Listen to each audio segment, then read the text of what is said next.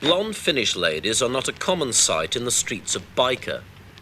When Sirkka-Liisa Konttinen, a beautiful 25-year-old Finn, arrived in this district of Newcastle, the locals looked at her as something of a curiosity. They were even more surprised when Sirkka began to take an intimate look at them through the eye of her camera.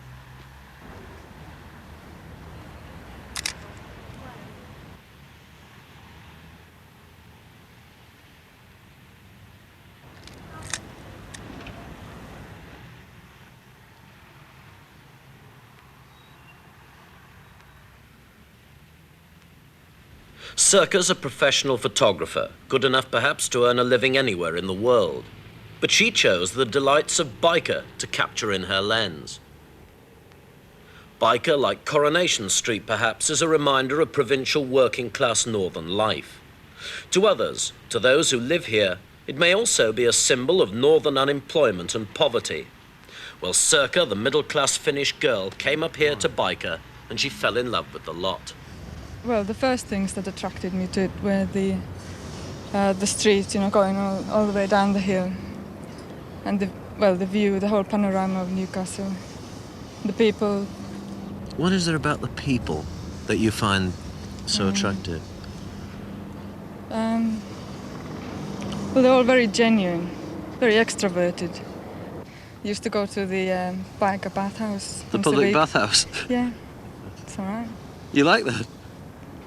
I like the bathhouse. I mean, it's a sort of a community centre almost. There used to be a laundry there.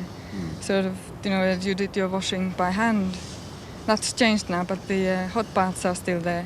And the women have conversations over the walls. It's very exciting hearing all the gossip going on while you're having your bath. Really? Oh, it's lovely, yeah. How do they look upon you? First of all, the sort of person you are, the sort of job you do, the fact that you come from Finland. I think they think I'm very odd, very peculiar. Do sort they? of a person. A lot of the women are kind of worried about me being here alone. They think I'm very young and away from home and things, and they kind of look after me. I love living by myself. But I'm scared of dark.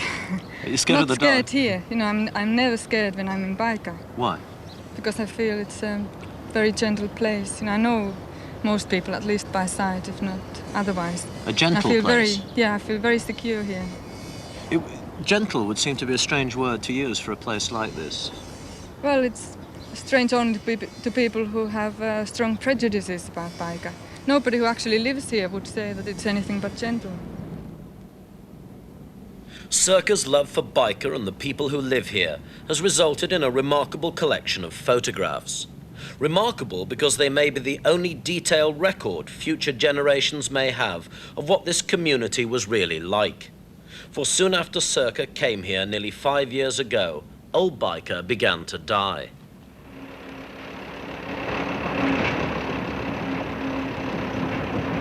The planners of Newcastle have ripped the place apart. A motorway is being driven through it. This was the planner's masterpiece, a gigantic apartment block designed to rehouse the Byker community, but also to act as a noise barrier for traffic on the motorway.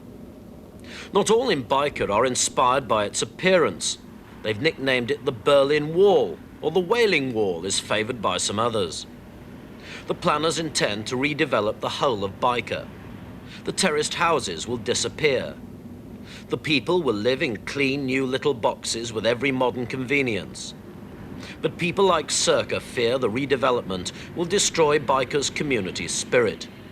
They mourn the loss of a way of life, the kind of life she's captured in her camera. Almost every photograph I took, the subject doesn't exist anymore. They've knocked it down. Apart from the people, perhaps, 1 or 2 people. How have you felt about that? I mean, you do love the place, it's quite clear, and you've seen it knocked down around you. How have you felt as that you've seen these places coming down? I feel very sad about it. I find it very difficult to put visual things into words. I take pictures, I try to communicate through pictures, not through words. It's easy, perhaps, for a Finnish girl to find charm in a place so different from her home. She hasn't personally suffered from the poverty which exists in a district like this. A vast number of the people who will live in the new Byker are delighted to move into new homes. But others see what's happened here as a kind of hideous vision of what life will be like in working-class districts of Britain in the future. Like Sirkka, Newcastle publisher Frank Graham has found his own way of immortalising the old Geordie landscape and the character of its people. And instead of photographs, he uses paintings of old Newcastle to try and preserve its memory.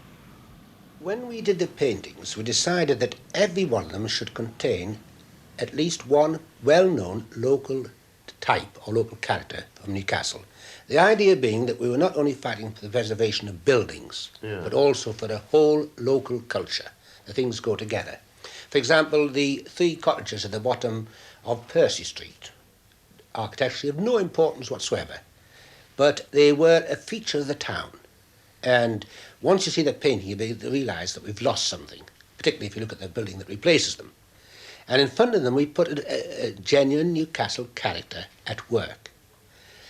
In the same way with Burgoyne's. We haven't got Burgoyne's as a building. But It's a pub, wasn't it? Yes, it was a pub.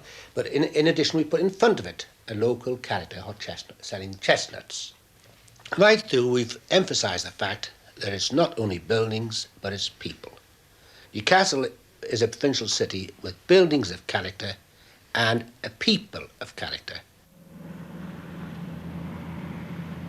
Byker, you see, is a community going back for hundreds of years. Newcastle was built up on communities like this. In the old days, Newcastle was surrounded by villages like Byker, Walker, Benmore, Jesmond and Elswick, each with their own local life. And eventually became part of Newcastle, but the local life continued. And it's a valuable thing. We realise it today, where you have cities like Birmingham and parts of London where there's no local feeling whatsoever. But here we had it in absolute perfection, with their own culture, their own language almost. And overnight the planner says, wipe the whole lot out, put them in new houses and bring them back again. And the whole thing was destroyed.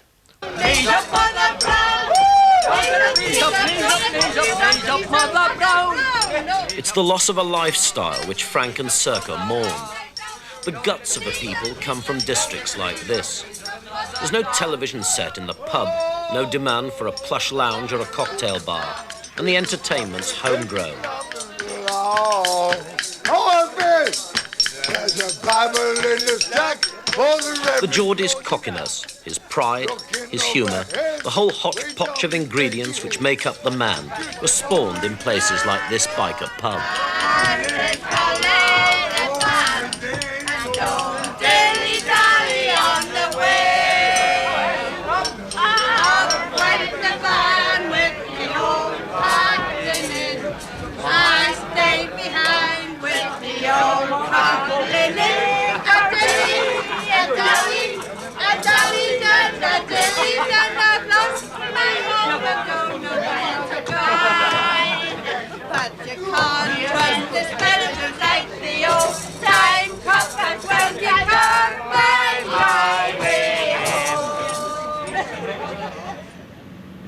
It is right the cities should rebuild and that people should have modern homes. In a utopian dream, slums may be gone forever one day. But when we rip everything down, when we deliberately change the shape of an area, do we pay too high a price for the cheap, high-density housing? They will know the answer to that in 100 years, perhaps, when a future generation will compare their new world with the faded prints or yellowed photographs of a girl who expressed her love for a dead or dying community in the only way she knew.